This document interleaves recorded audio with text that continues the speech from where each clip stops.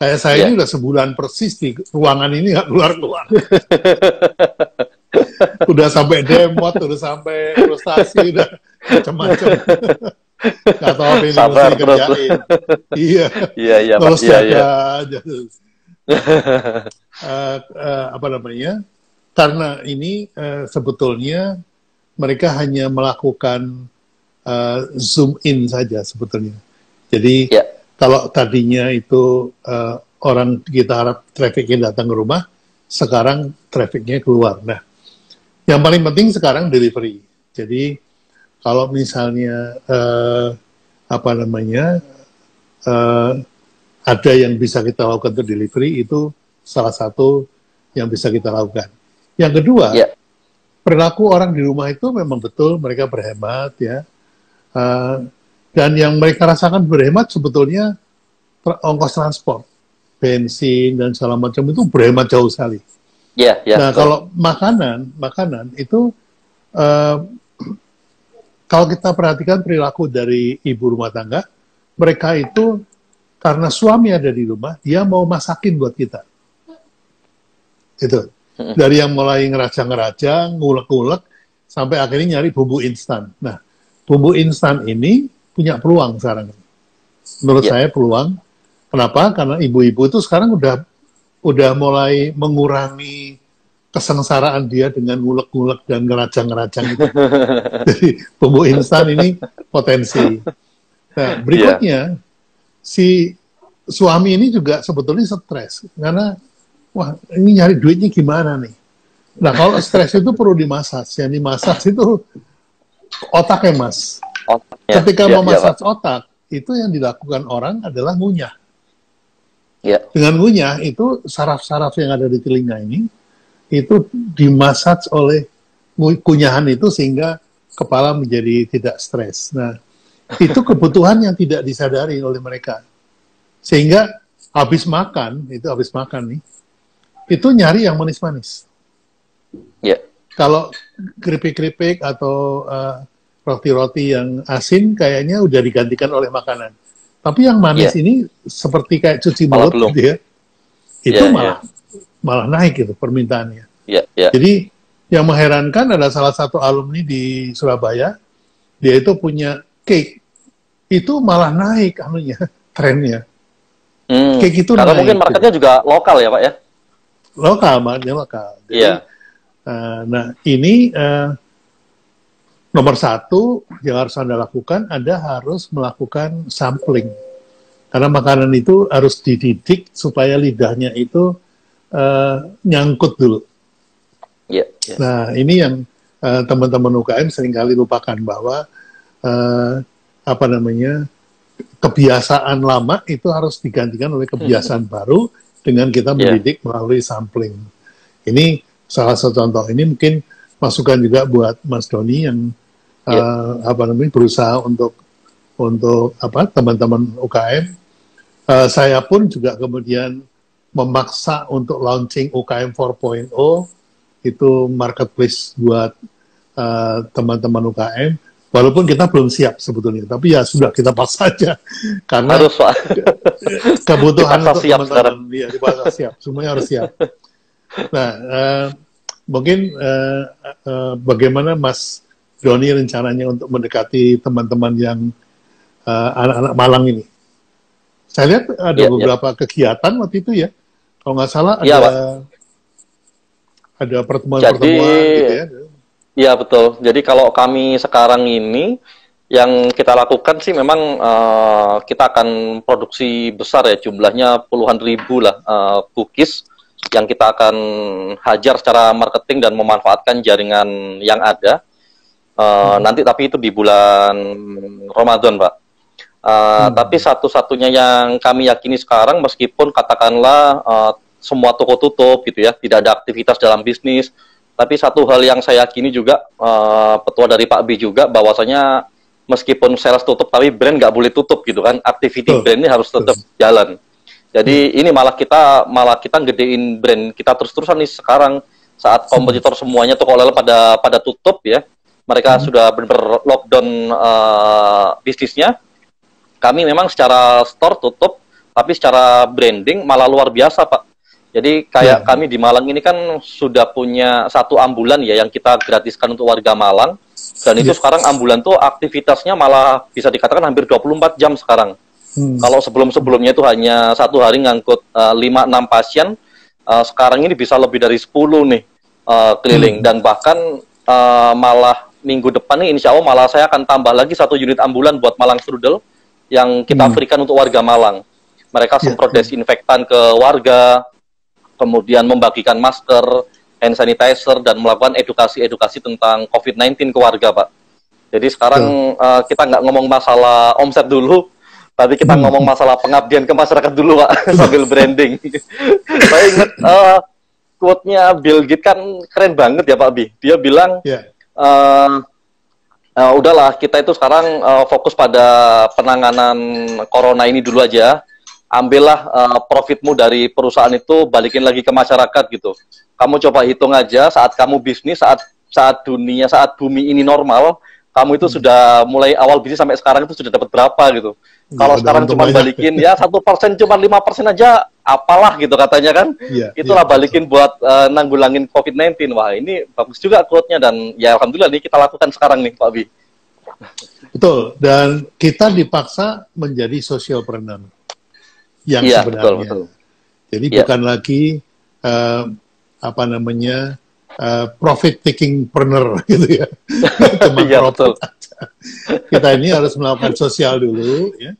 Kita giving dulu, baru kemudian kita taking. Nah, menurut saya kondisi krisis itu memang harus demikian. Anda masih ingat dulu Bank Mega itu launching pertama itu pada masa krisis, dia itu cuma ngajak kita salawatan aja. Ya. Wah, hebat.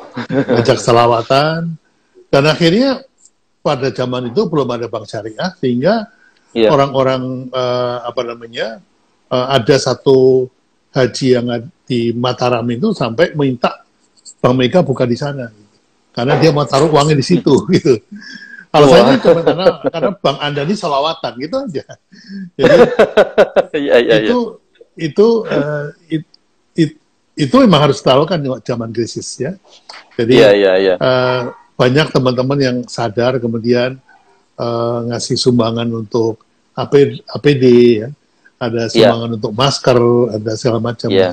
Ini menurut saya itu cara pendekatan kepada masyarakat. Menurut saya sudah benar sekali, dan itu kalau bisa memang ambulans nggak boleh berhenti, Mas, harus jalan terus. Betul. Muter Makanya terus. ambulan yang dari 1 unit sekarang minggu depan kita tambah jadi 2 unit nih ambulan Malang Strudel. Justru malah kita kencengin masalah CSR dan sekaligus branding.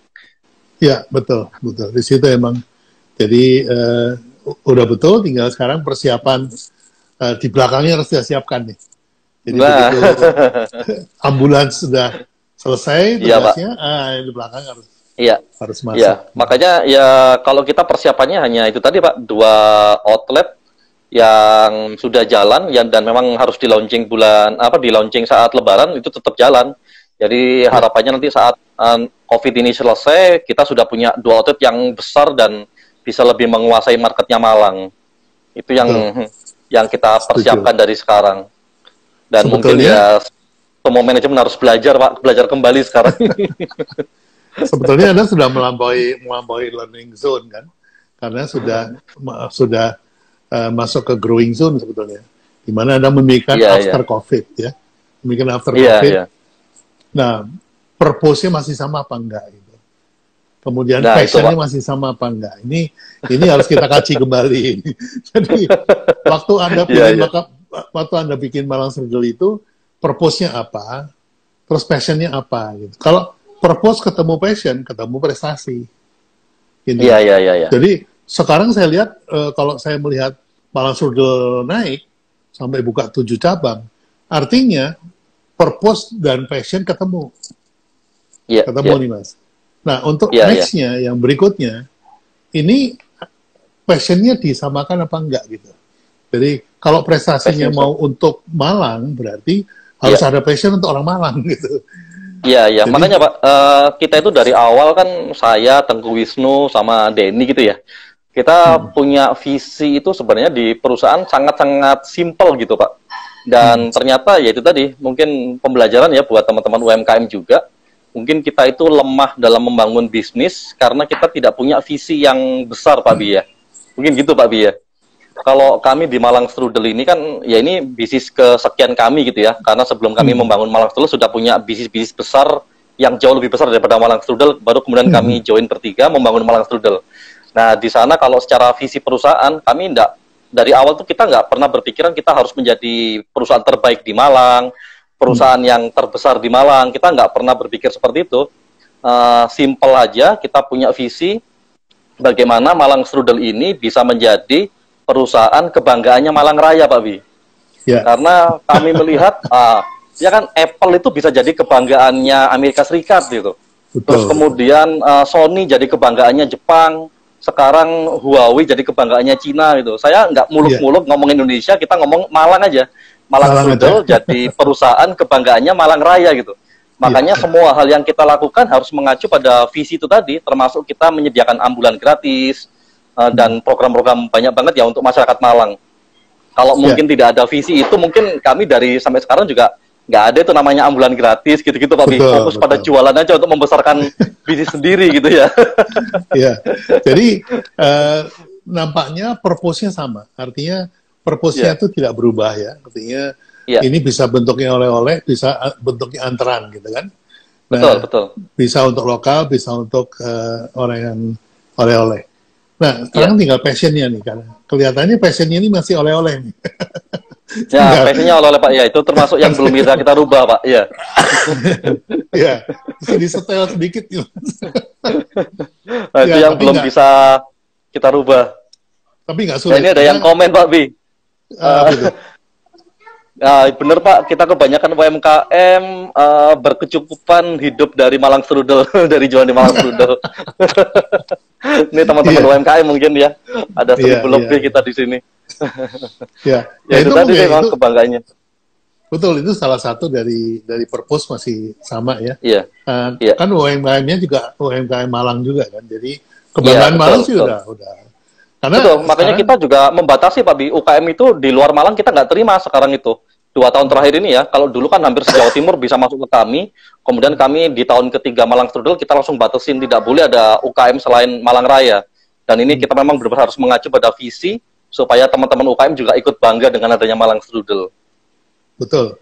Nah, sebetulnya kebanggaan Malang itu sudah tercapai. Karena apa? Karena begitu COVID, Anda umumkan mau ditutup, itu yang nangis itu banyak, Mas. Iya Pak, betul. Nah, itu artinya Malang Strudel itu sudah ada pembelanya. Sudah ada orang-orang yang ingin membela Malang Strudel. Jadi, karena ada ketergantungan, ada keterikatan. Menurut saya, sebagai sebuah brand, Malang Strudel sudah berhasil. Tinggal sekarang bagaimana makin mengeratkan kepada teman-teman lokal. Iya. Ini betul, Pak. Kita jawab beberapa pertanyaan, Mas, sebelum berakhir. Siap. Nggak terasa nih, kita cepet banget nih, tahu-tahu udah hampir 1 jam. Siap. Nah, ini kita membangun Malang Raya dengan bekerja sama Malang Strudel. Wah, siap. Ya, mantap. Kita terbuka dengan semua pihak. Iya, benar Pak. Kita kebanyakan, yang tadi ya. Malia Cake Bakery. Kemudian purpose, passion, prestasi. Ya. Saya tambahkan purpose, itu kemudian passion, prestasi, kemudian reputasi. Nah, reputasi yang paling penting itu Pak. Reputasi. Nah, baru kemudian legacy. Legacy itu apa yang kita tinggalkan untuk Malang, nah itulah legacy. Legacy. Kemudian brand harus tetap jalan. Orang-orang hebat berbagi ilmu gratis. Kita nih cuman pelayan aja. Pembelajar aja kita, Pak. Iya, betul. Handoko Indroyono. Wah, ini Mas Handoko nih. Mas Handoko. Wah, terima kasih Mas Handoko. M-Block-nya sementara tutup dulu. Keren. Ya. Saya belum ke sana ya. Waduh, majulah UKM Indonesia. Oke, Roy Sakti. Wah, ada Roy Sakti. Malang Strudel Jos. Bunda Sauki. Aku pengen nyoba Malang Strudel, ada di Semarang, nggak, aku jarang banget belanja online. Ini satu tantangan juga nih, Mas. Satu tantangan juga. Iya sih, Pak. Cuman kita memang pinginnya itu, saya belajar, Pak, dari industri oleh-oleh gitu ya, di luar negeri gitu, yang ternyata memang industri oleh-oleh ini kan agak unik, Pak Bi ya. Dalam artian, ya banyak teman-teman, kenapa sih nggak dijual online ya? Kita memang dari awal, kita tidak pernah jualan online, supaya orang kalau beli Malang Strudel harus ke Malang dia. Jadi, kayak beberapa industri oleh-oleh di luar sana, yang saya tahu, Pak, seperti di Turki gitu ya, orang membeli produknya itu harus melewati berbagai macam experience dulu yang dibangun sama Nah, untuk beli jaket aja mereka harus pakai fashion show dulu gitu-gitu kan. Padahal jaketnya juga biasa, tapi nilai storytellingnya itu luar biasa memang dari produk oleh-olehnya mereka gitu. Nah, itu yang kita bangun juga, Pak, di Malang Strudel, sehingga kita tidak pernah menjual produk Malang Strudel itu online gitu. Kalau pingin Malang Strudel harus datang ke Malang nih gitu. Ini soalnya selain ada Malang Strudel, ada teman-teman, ya ada teman-teman UMKM yang lain. Kamu bisa nikmatin alamnya Malang, bisa ketemu dengan kehangatan warga Malang gitulah. Jadi bukan melulu hanya sekedar produk cake Malang Strudel doang, bukan yang kita bangun. Ya. Keren, Mas, keren. Cerita tapi lagi, itu Mas, jadi bumerang saat sekarang, Pak Bi. Bumerang saat sekarang. Kita susah mempivot itu menjadi brand yang bukan oleh-oleh gitu ya. Ya, sama aja seperti salah satu bisnis saya kan workshop ya. Nah, workshop itu saya coba untuk bikin online itu, ternyata mindsetnya orang Indonesia itu kalau namanya kelas, belajarnya di kelas. Kelas itu harus ada guru berdiri di depan, ada papan tulis, coret-coret gitu. Kemudian ada meja dan kursi, dan muridnya harus sedakep gini. Nah, ini kan susah dirubah nih, Mas. Iya. Harus sekarang tiba-tiba belajar dari rumah. Wah, ini awalnya mereka main muter-muter, lama-lama mereka bisa fokus juga gitu. Jadi kelihatannya harus dipaksa nih, Mas. Iya, Pak. Harus dipaksa. Siap. Iya. Ini teman-teman nggak ada yang nanya nih. Ngalam Boyster. Wah. Oke. Ya. Iya. Nah, ini ada pertanyaan dari Bang Dodi nih kelihatannya. Pelajaran dari Malang Strudel. Y-nya dulu baru Y-nya dulu. Kebanyakan yang dari UKM mulai dari what. Iya, Mas. Iya. Iya, terima kasih, Mas. Ya, wah, ini pasti sudah baru baca Start with Why-nya Simon Sinek nih, Pak Bi. Simon Sinek. Golden Circle-nya Simon Sinek. Muter-muter itu juga, Mas. 5W satu hal lah, itu semua sama. Iya, betul. Tinggal diputer-puter aja. Wah, ini baru nyimak nih. Sampres kok bisa begitu keren nih, bawa MS ke dataran. Boys, salut Mas, Pak Pijos, thank you sharingnya. Mas nanya, kalau nanti ke depannya after pandemi, akankah shifting produk yang berbeda selain kue gitu? Ya, kita sudah berpikir sih. Jadi kalau secara industri kan kita, secara bisnis kita bagi dua, Pak ya. Kalau kami di Malang Strudel, yang pertama adalah toko atau store yang ada 7 tadi, dan kemudian 1 dapur besar, Pak.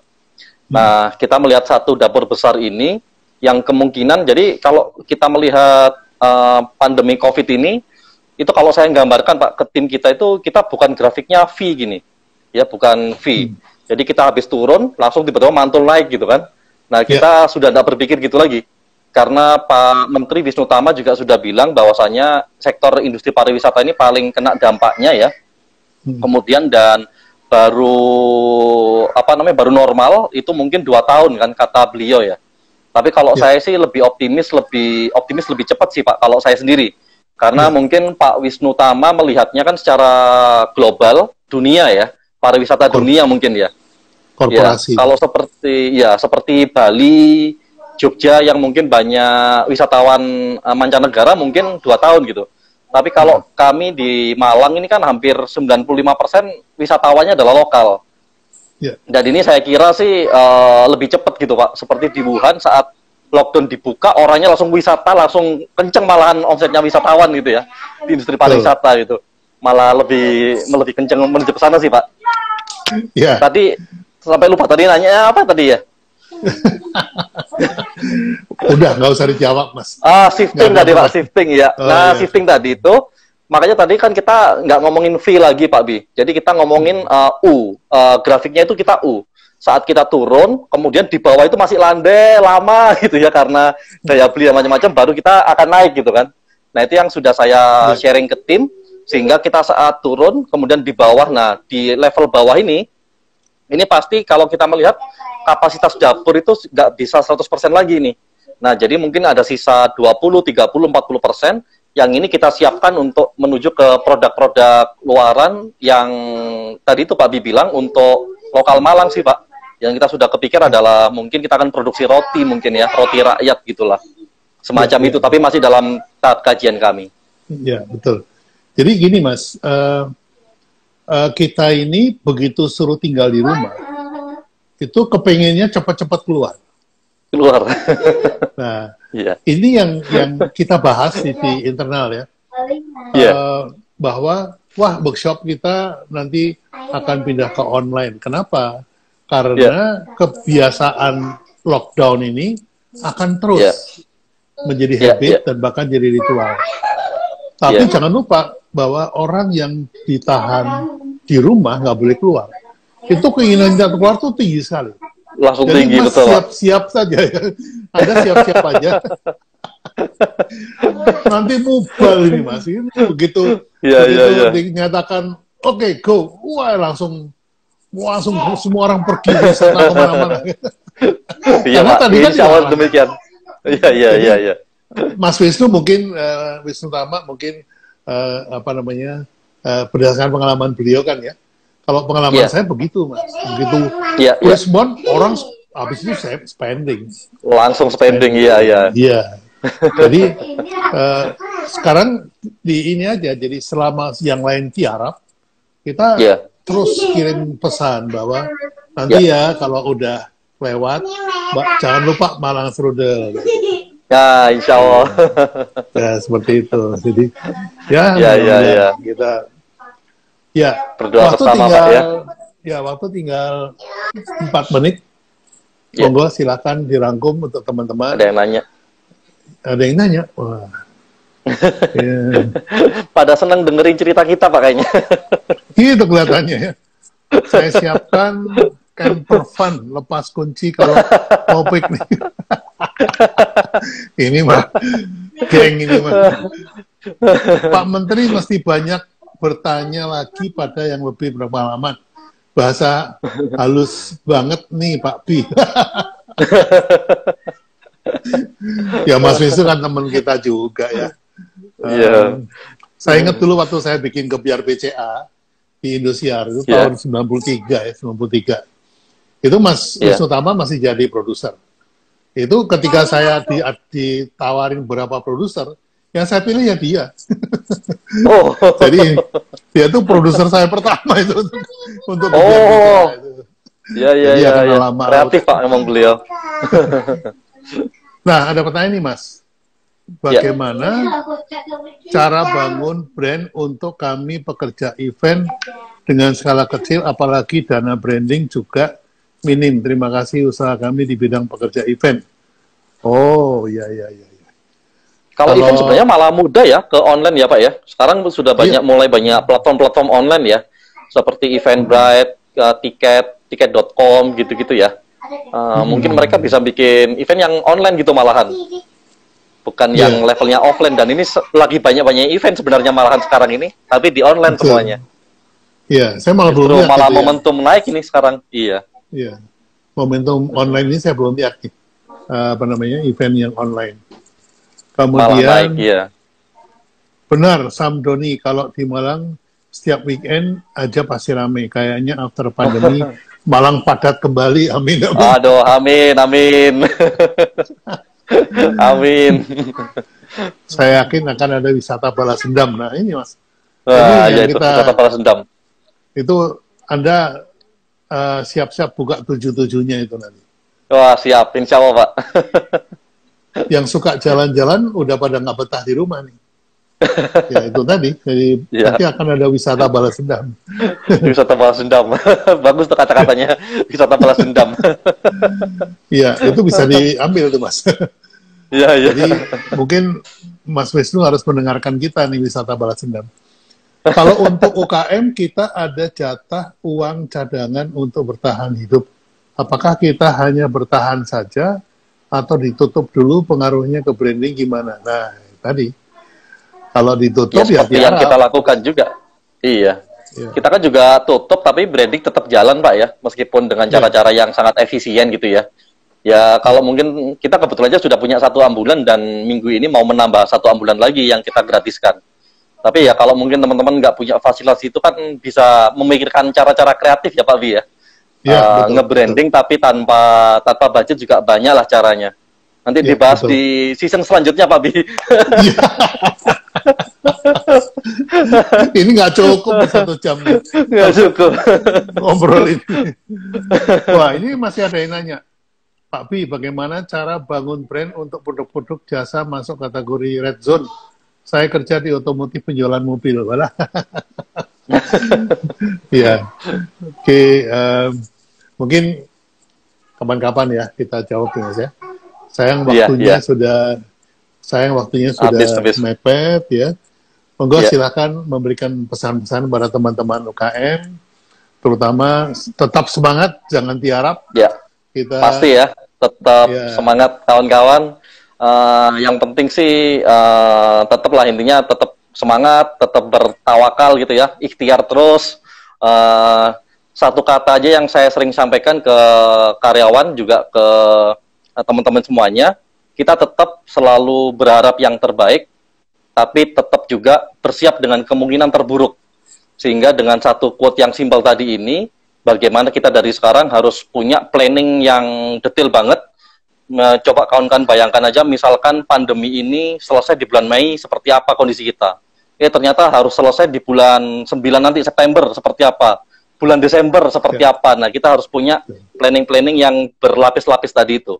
Yaitu tadi, intinya kembali lagi pada satu quote simple, siap tetap berharap dengan yang terbaik, tapi bersiap dengan kemungkinan yang paling buruk sekalipun. Mungkin itu Pak Bi.